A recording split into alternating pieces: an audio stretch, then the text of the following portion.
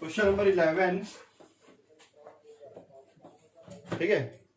Total hire purchase price दिया हुआ है, हायर परचेज प्राइस हमको दिया हुआ है। हायर परचेज प्राइस मतलब जिसमें प्रिंसिपल अमाउंट मतलब जो हमारा परचेज किए हैं कैश प्राइस प्लस इंटरेस्ट दोनों इसमें जुड़ा हुआ है, 25,50,000, ठीक है, ये दिया हुआ है, ठीक है। फिर 3 इक्वल इंस्टॉलमेंट, 3 बराबर का इंस्टॉलमेंट है, कितना आएगा, 25,50,000 को आप 3 से डिवाइड कर दो, यह आ जाएगा 8,50,000 रुपए। ये आप किसका पेमेंट कर रहे हो, ये आपका क्या है, किस्त है, एक किस्त, ठीक है। ये हो गया। हमको यहाँ पे कैश प्राइस पता करना है कि ट्रक का कैश प्राइस कितना था, इंटरेस्ट जोड़ने के बाद इतना है, ठीक है। तो कैश प्राइस इक्वल टू, ठीक है, इंस्टॉलमेंट अमाउंट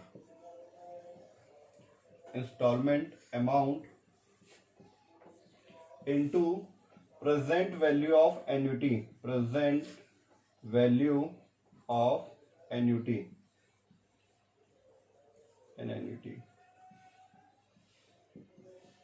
वार्षिकी का वर्तमान मूल्य,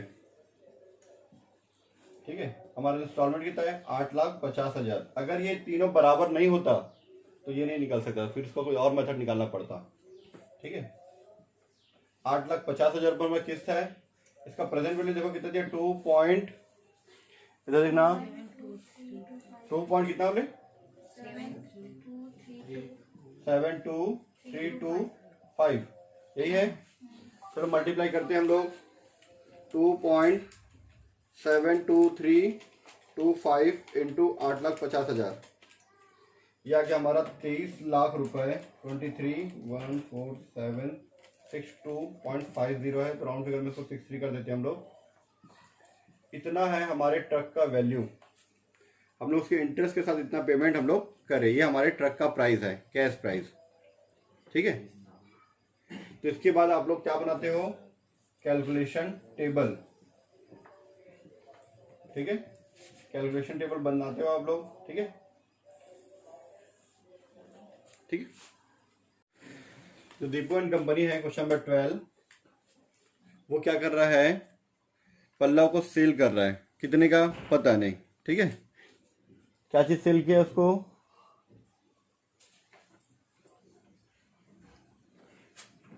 पता नहीं, जो भी है, प्लांट परचेज ना, प्लांट सेल किया मतलब जो भी मशीन वगैरह है, प्लांट उसको सेल किया, ठीक है। 20,000 रुपये डाउन पेमेंट ले लिया तुरंत, बाकी पैसा 20,000 के 3 इंस्टॉलमेंट में ले रहा है, मतलब 20,000 20,000 60,000, टोटल होता है हमारा 80,000 रुपये होता है। 20,000 रुपये डाउन पेमेंट, बाकी 3 किस्त 20,000 का, 80,000 रुपये हमारा क्या आएगा, हायर परचेज प्राइस आएगा। उसकी जरूरत नहीं है, वैसे लिखना चाहे तो हम लोग लिख सकते हैं, जरूरत नहीं है। हमको मेन चीज ये वहां पे कैश प्राइस निकल सकता है क्या, तो कैश प्राइस अगर इंस्टॉलमेंट दिया है और प्रेजेंट वैल्यू दिया है, वर्तमान मूल्य दिया है वार्षिकी का, प्रेजेंट वैल्यू ऑफ एन्युटी अगर दिया है तो हम लोग का कैश प्राइस निकल जाएगा, नहीं तो नहीं निकलेगा, ठीक है। तो कैश प्राइस निकालने का तरीका,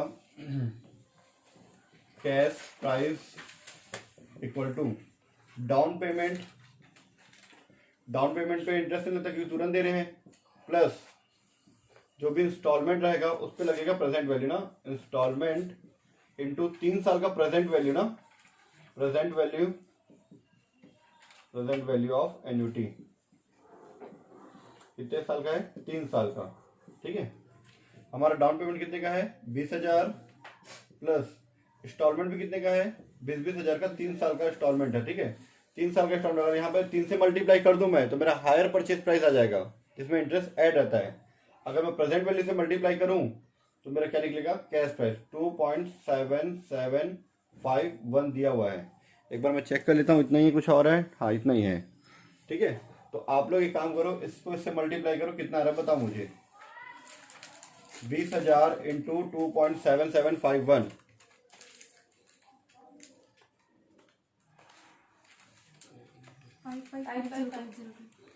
55502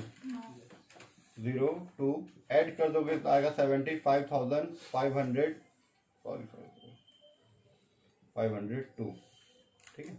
इतना रुपया आएगा हमारा कैश प्राइस, यह हमारा कैश प्राइस है, और हायर परचेज प्राइस 80,000 रुपये है। उसको लिखने की जरूरत नहीं है क्योंकि वो तो हम लोग डायरेक्ट सॉल्व करते हैं, ठीक है। अब हम लोग कैलकुलेशन टेबल बनाते हैं, ठीक है। मैं इसका इसलिए बना दे रहा हूँ ताकि तुम लोग को जो क्वेश्चन बना रहे हो उसमें हेल्प हो जाए, ठीक है। कैलकुलेशन टेबल मैं 3 से 4 मिनट में ख़त्म कर दूंगा, ठीक है। बस मुझे कॉलम खींचने में टाइम लगेगा और कुछ नहीं। अच्छा ये बताओ कि आपको डेप्रिसिएशन दिया हुआ है, उसमें डेप्रिसिएशन के बारे में कुछ बोला है? नहीं बोला है ना। देख लिया सब, नहीं दिया हुआ है तो जरूरत नहीं है उसकी, रहने दो, ठीक है। यह होता है हमारा डेट का कॉलम, ये होता है हमारा आउटस्टैंडिंग था, देख लो फटाफट, है ना। आउटस्टैंडिंग कैश प्राइस, ठीक है। आउटस्टैंडिंग कैश प्राइस हो गया। ये calculation of interest, calculation of interest, ये इंस्टॉलमेंट का कॉलम, और ये इंस्टॉलमेंट का 3 कॉलम, एक होता है कैश प्राइस, दूसरा होता है इंटरेस्ट, तीसरा होता है टोटल का, ठीक है।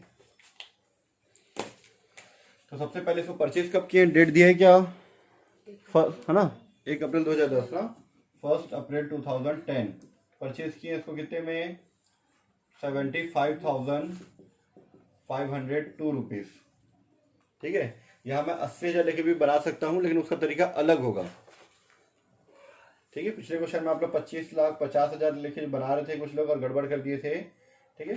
तो कैश प्राइस 23 लाख जो भी था उससे बनाना था।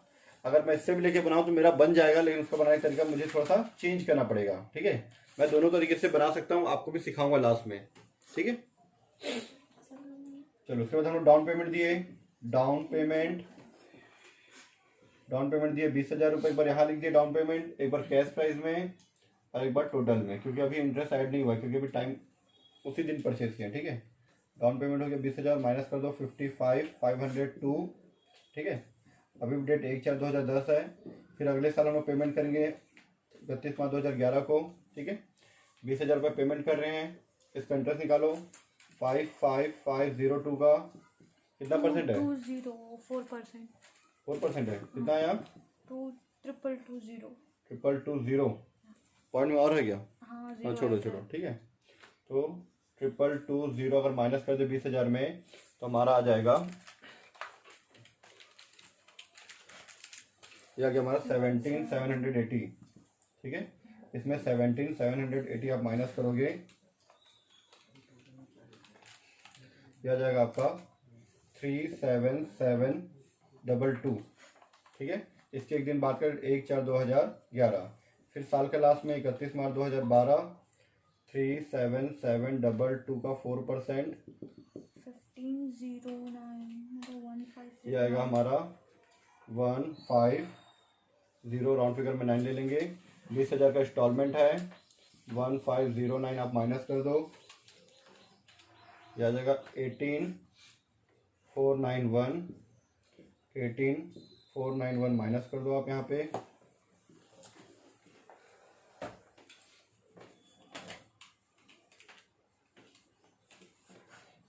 तो आपका आ जाएगा ये 19,231, ठीक है।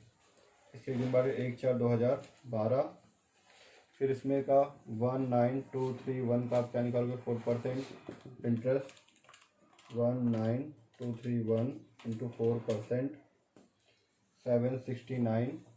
20,000 रुपये हम लोग किस पेमेंट कर रहे हैं, इसमें 769 हमारा इंटरेस्ट ऐड है, हो जाएगा 19,231 वैसे आ गया। वैसे हम लोग लास्ट ईयर का माइनस करके लेते हैं, ठीक है, ऐसे नहीं करना। वैसे इसमें एग्जैक्ट आ गया, पर हर बार एग्जैक्ट नहीं आता। क्यों एग्जैक्ट आया, क्योंकि हम लोग इस तरीके से लेके बनाए, न्यूटी लेके बनाए, इसीलिए। बाकी आपके क्वेश्चन में जो बिना न्यूटी लेके बनाते हैं उसमें ऐसा नहीं आता, हम लोग को माइनस करना पड़ता है, ठीक है।